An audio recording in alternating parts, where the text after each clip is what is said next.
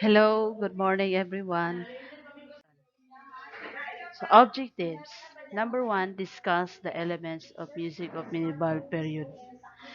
Number two, show importance of music in this period. So music of medieval period. So music of medieval period, it is known as Middle Age or Dark Ages. That started with the fall of Roman Empire. So monophonic plain chant was named after Pope Gregory I. Monophonic plain chant. So there are the characteristics of Gregorian chant. So Gregorian chant is monophonic, 3-meter, modal, Latin liturgy, use of neume notation. So troubadours are groups of musicians who perform secular music. So there are characteristics of troubadour music.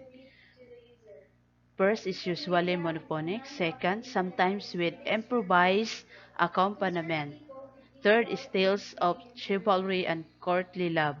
Fourth, it is originated in French. Fifth is originated in French language. So this is the composers of medieval period. He is Adam de la Helle. So Adam de la Helle, also known as Adam Le Busso. He is oldest secular composer, was a French-born troubadour, poet, and musician. So his works is Le Jeu de Robin et de Marion, La Chanson de Ro de Cicely. So that is the music of medieval period. So music of Renaissance period. So Renaissance comes from the word re, renair, which means rebirth and rediscovery. So, Renaissance music became popular as an entertainment and activity for amateurs and educated. So, lute was the prominent instrument of the era. So, lute.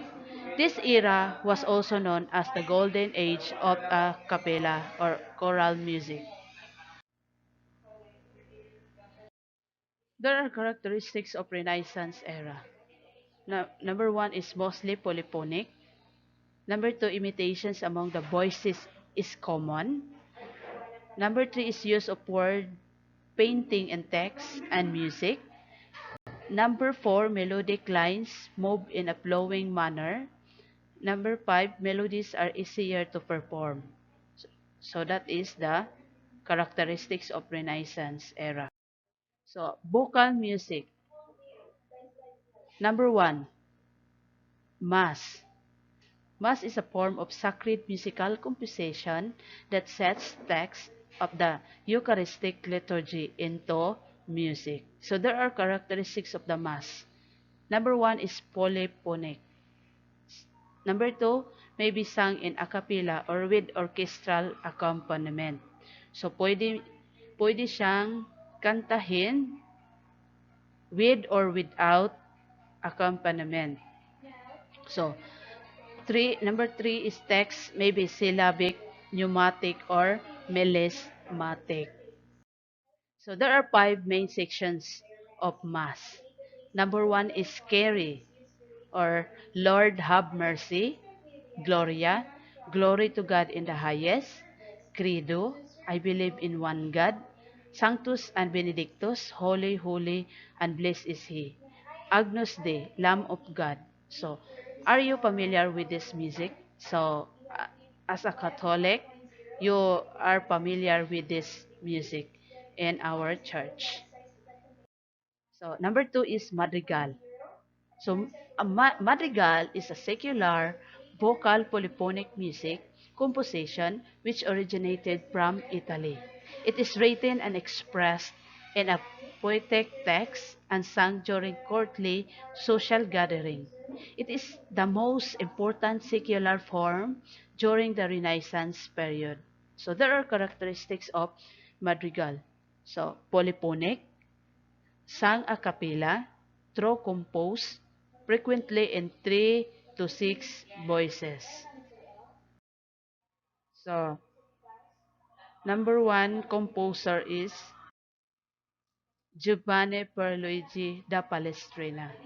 So, he is the greatest master of Roman Catholic church music. Majority of his compositions are sacred music. Palestrina's Pope Marcellus Mass is held up as a perfect example of Counter-Reformation style. He was committed to sacred music and has a keen interest in satisfying the desires of church leaders in the 16th century. His career reflects his commitment to the music of the church. Was an organist and choir master of both the Sistine Chapel and St. Peter's. His first book, Masses, became popular and greatly appreciated by Pope Julius III. Number two, Thomas Morley. Thomas Morley was a singer in the local cathedral and became the master of choristers. The famous composer of secular music received his bachelor's degree in Oxford and became an organist at St. Paul's in London.